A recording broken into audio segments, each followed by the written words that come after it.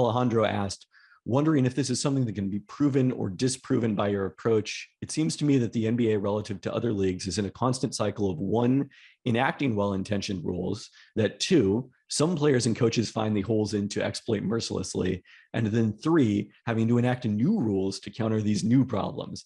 I don't see this level of rule gaming in other leagues. Is this an NBA issue mostly? And if so, why? I think my first answer is probably a basketball issue.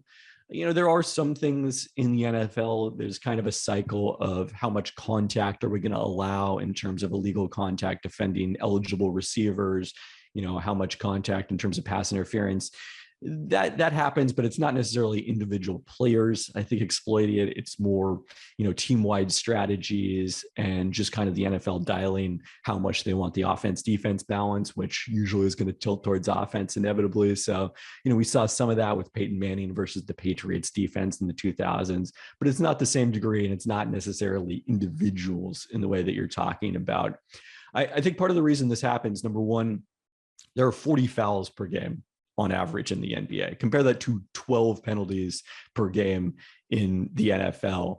MLB, it's not the same degree. Obviously every ball strike is to some degree subjective, but the ability to exploit that, other than catcher framing, I guess, would be another situation where individuals did kind of learn this, but we don't have the cycle of necessarily, changing the rules and then finding new exploits. It feels like that one's kind of been legislated to a degree out of the game with more consistency in the strike zone.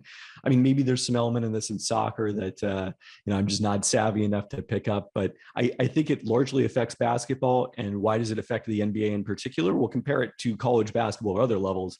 Guys are there a maximum of now 5 years in case of college, with the extra COVID year that many players are taking advantage of, as opposed to Chris Paul is in his 17th season in the NBA. He's got a lot more time to figure out the rules, figure out ways to exploit them and take advantage of them. And you can't have that cycle because a player probably isn't going to be in college long enough for that entire cycle to take place, or in high school or at any other level. So, I think the NBA, it obviously has the most intelligent players in the world that care the most about their game. This also brings me to one of my favorite takes. Everyone talks about how competitive players were in the 80s and 90s because of the fact that they didn't shake hands and they didn't go out to dinner after the game.